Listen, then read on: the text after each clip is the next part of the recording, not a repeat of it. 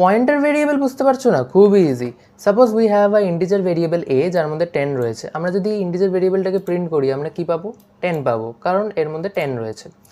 কিন্তু যদি এর অ্যাড্রেসকে আমাদের ফেচ করতে হয়, স্টোর করতে হয়, তাহলে কিরমভাবে করবো?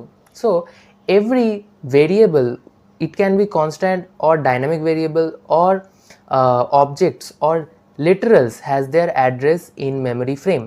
So we can use int star p, কারণ আমার এটা ইন্টিজার ভেরিয়েবল, তাই ইন্টিজার পয়েন্টার কেন?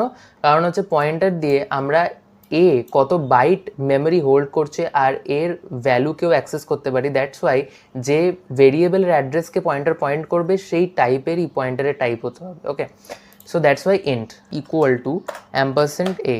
সো পিতে এখন এর অ্যাড্রেসটা রয়েছে। ওকে, সো আমরা যদি এটাকে প্রিন্ট করি, এটা আমরা স্ল্যাশ এন দিয়ে দেবো বোঝার জন্য।